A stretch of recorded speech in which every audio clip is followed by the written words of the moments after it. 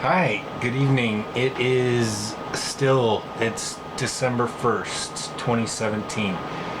And I wanted to make another video on the evening of Amy Neslin's birthday.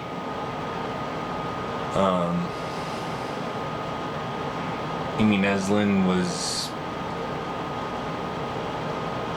an incredible person. She was totally amazing. She smiled all the time. She was beautiful and smart and funny. She was so funny, and she laughed all the time. And yeah, she was my cousin, and I loved her. And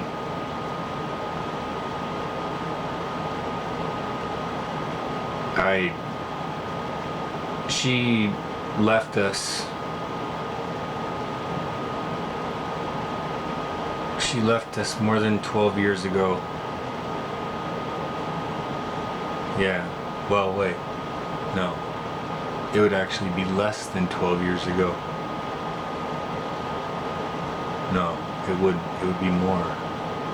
It happened 2005.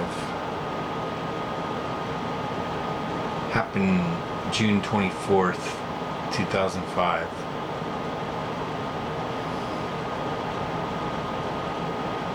What a sad day. But okay, this could be like Brent's pot hour and Brent's health hour or whatever. Try and cuz basically since 9/11 kind of, I've been getting into alternative. I mean, I was kind of always into alternative stuff, but I started getting more into alternative medicine and stuff like that, and finding out about, because like the people at Ground Zero on 9/11 were completely, because it was asbestos. There was all asbestos in the air. All those people were purposely, they told them not even to wear a mask. Not even to wear a respirator mask. And all those people were basically slaughtered by our government. Thank our government. Our government is to thank for, for all of this, for everything, all the past presidents, all the people that, the general public loves so much, the presidents and everything like that. They have fucked us to this point. We are at this point because of them.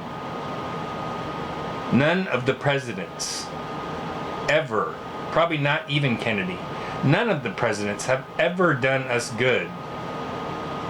They Obama made pot legal. Is that like the best thing that's ever happened?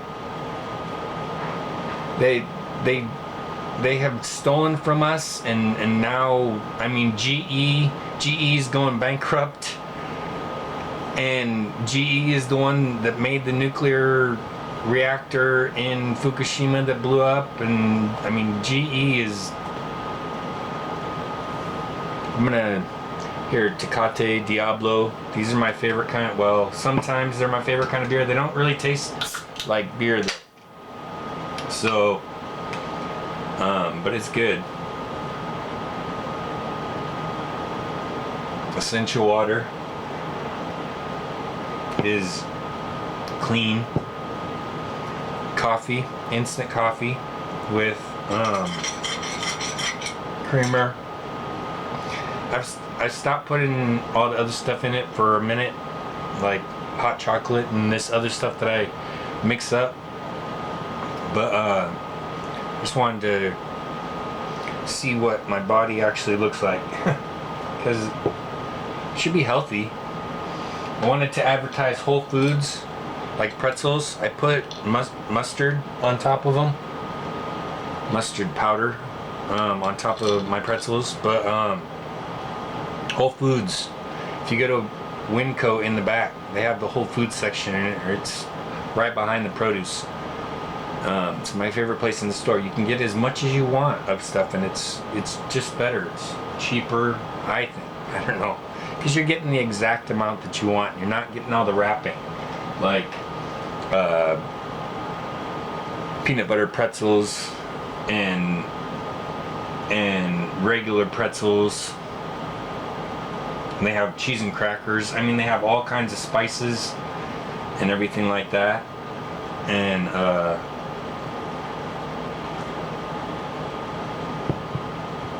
Stash Box. Need to advertise for Stash Box. This is still that red. Remember, I got fucked up on the red one. And this is the red one, candy cone. Here's the information. I hope you can see it. I don't know, because I was looking before and it was a hybrid candy cone. See?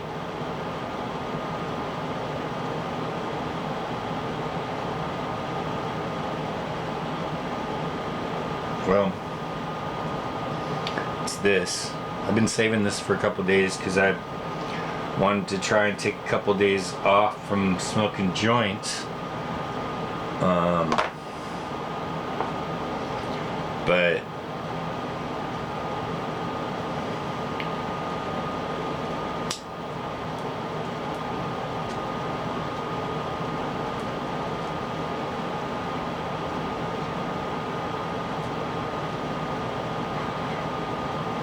because this one got me super high, remember?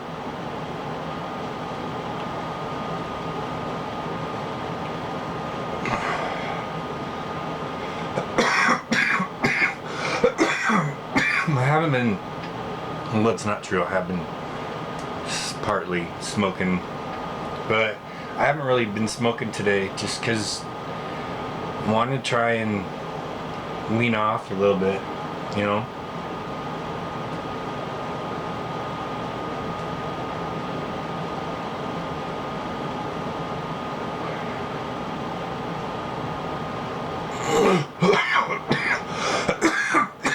Yeah.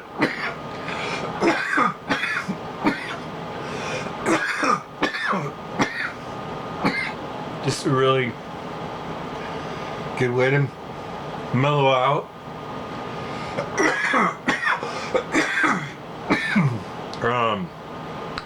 Because I'm kind of depressed about my cousin, you know?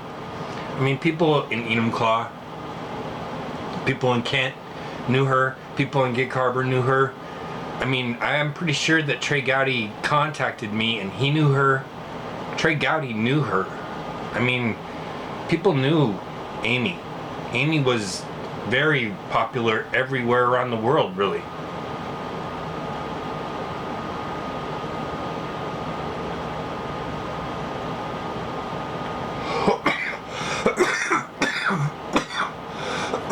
Do you believe me?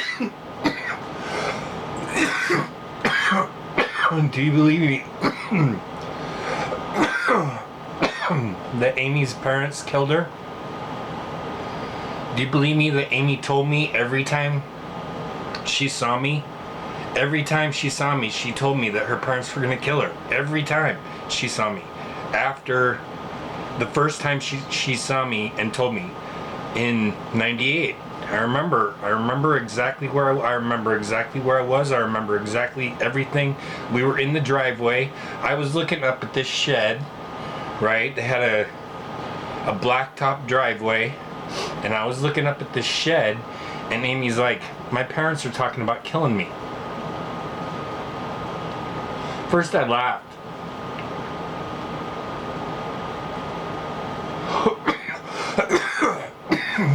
Because I didn't know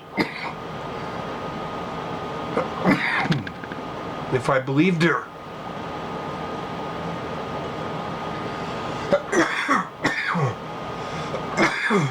And then she kept talking about it. I mean, that when we were out there and I was looking up at this shed. It's a cream colored shed with like a flat roof and two sides or whatever. You know, one of those sheds. And I was in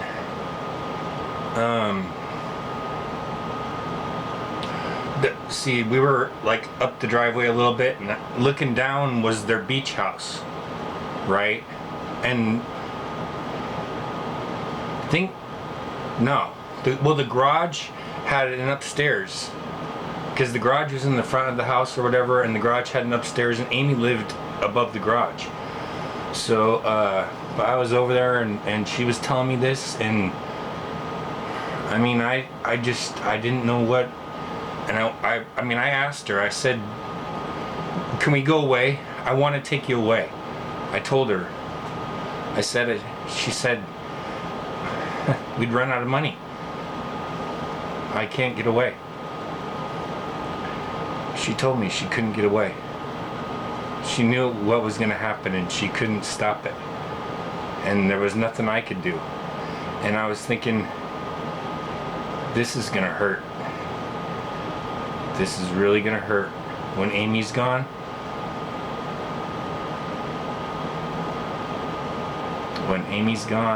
I'm going to be sad.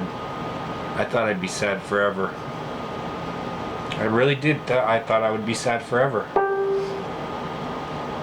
I thought I would be sad forever. I just...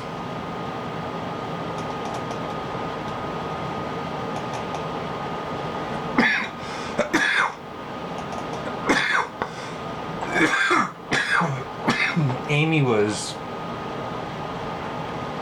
She always made me feel better. You know, she always made me happy. She always brightened me. She always turned things around for me. I mean, people that know me know that I've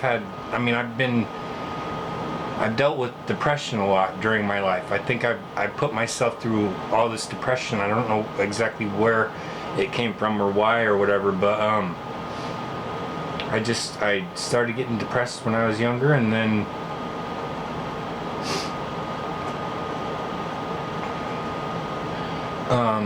I went with that, and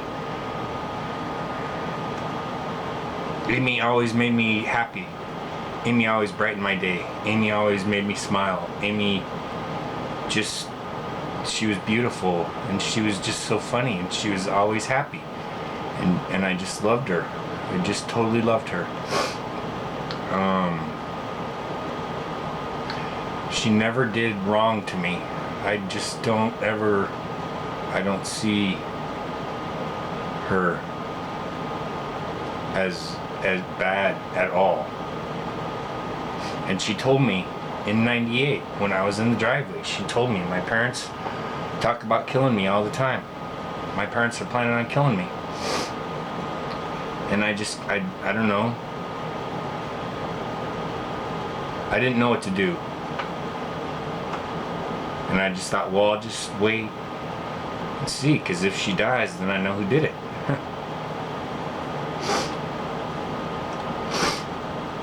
And then I was at their house another time. This was like even a couple weeks later. I was at their house, at that beach house, and we were inside the beach house. It was me and Amy, and we were inside the beach house, and we were talking, right? And her parents were upstairs, and I could hear them talking, right? And they were talking about killing Amy. I couldn't believe it. And I was like talking with Amy, and I was like, can you hear this? And she's like, yeah, they always talk about it. They always talk about it right in front of me.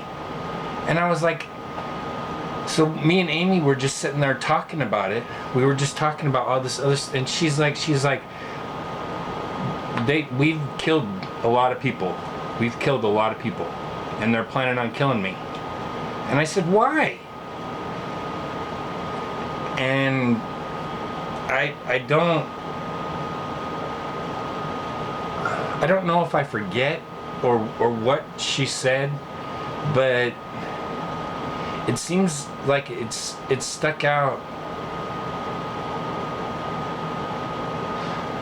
I guess I made my own. I blocked out whatever she said, because I already had an idea of why they picked her out, because she was the only problem child that they really had, right?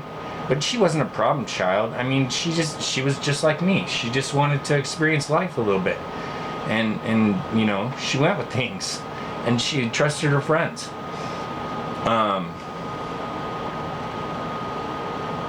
But I mean, that's what made her, you know, such a great person. And then she went to UW, so then I decided I would go to UW. You know what? I mean, we were trying to one up each other each time, but we loved each other. You know, we were trying to make each other better. That's what, you know, more experienced, not exactly more prestigious or whatever, because she had already reached the pinnacle of, technically, because her dad was so filthy rich, right? She had already reached that point, so that wasn't the pinnacle that we were searching for anymore. We wanted to have life experiences, you know, that said that we you know, we knew more or whatever. We tried to one up each other all the time, you know, having a kid. She had a kid, I had a kid, I had 2 kids. She had a kid, you know, out of wedlock.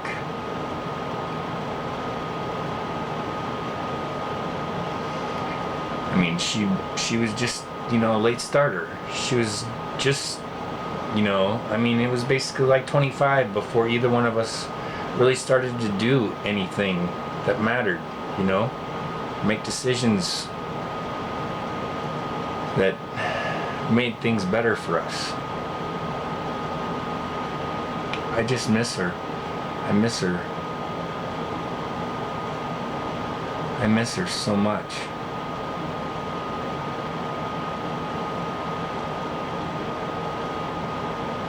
I always have.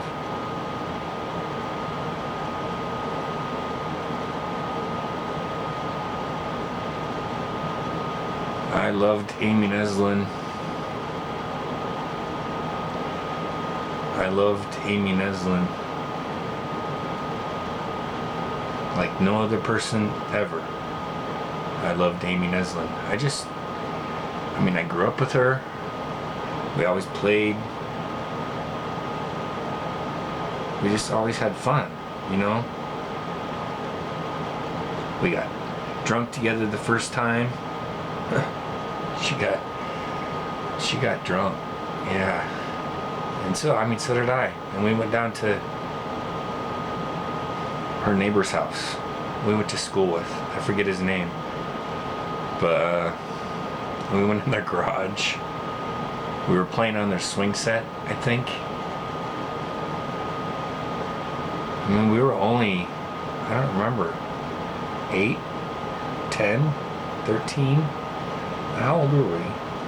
Young. I don't think we were in junior high yet. No, we were like, I think it was the summer of 6th grade. But,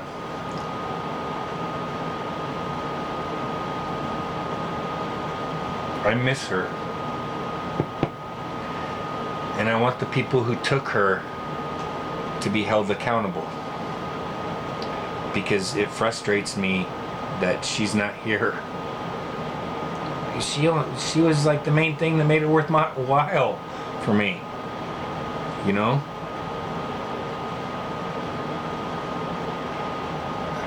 People know, you know, when you lose somebody that's that close or whatever, it's like your whole world is demolished.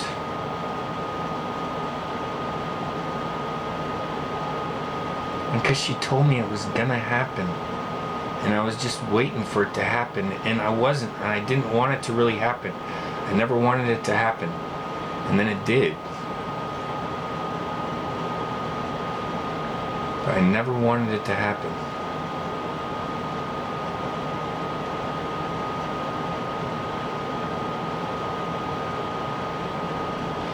And I've been miserable ever since.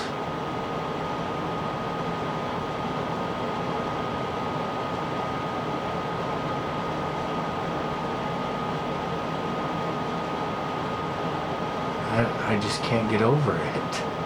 I don't know why. I just can't get over it.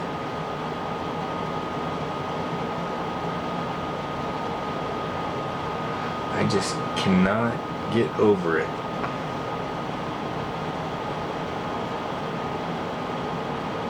It was the worst day of my life when my parents told me that. That was the worst day of my life. I cried for 3 days. I've never cried that long. Well, like 3.5 days. Just cried. I cried and cried. I couldn't believe it.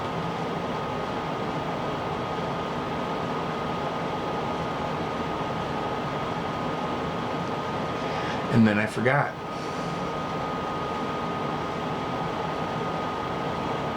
For years. I forgot for years.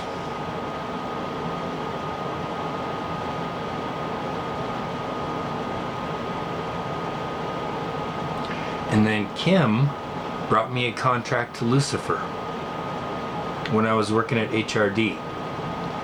And everything came back.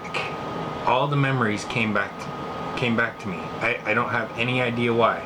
But as soon as I read that contract that Kim brought me, everything came back. I suddenly understood.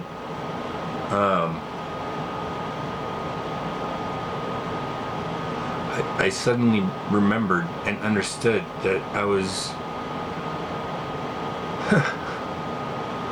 I was working for the devil.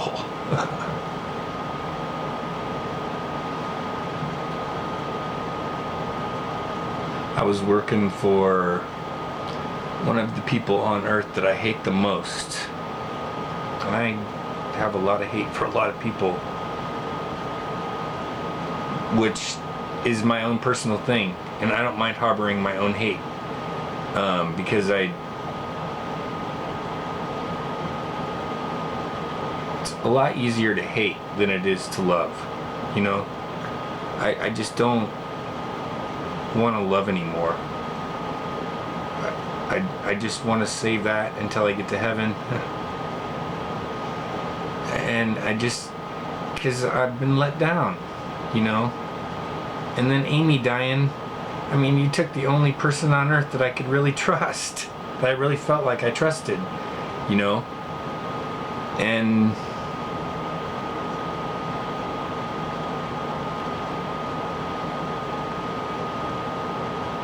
I loved her. I miss her.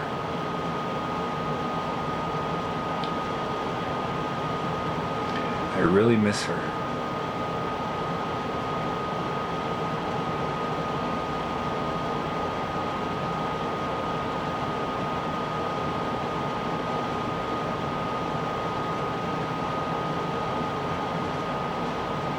Well, okay, I just wanted to make this video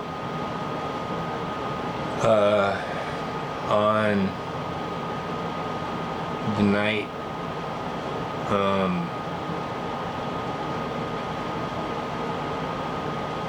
of Amy's birthday, to remind everybody to